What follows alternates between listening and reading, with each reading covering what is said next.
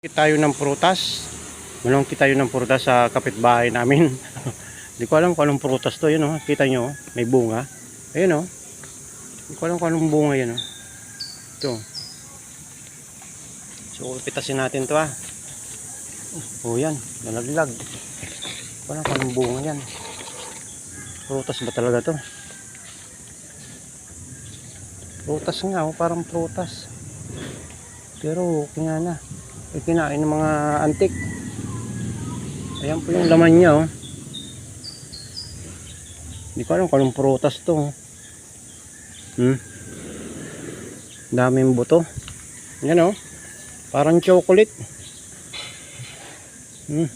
Yan, oh. Yan yung itsura niya, oh. Ano kayang prutas to? Ayan, sa mga nakakaalam. Mga nakakaalam po, comment lang po kayo. Okay? Yan, o, inuod na siya, eh. So ibig sabihin overripe na talaga to. Andun, doon ko nakuha, sa kapitbahay namin. Okay, parang chocolate ang itsura, manang lambot. Yan, tapon natin.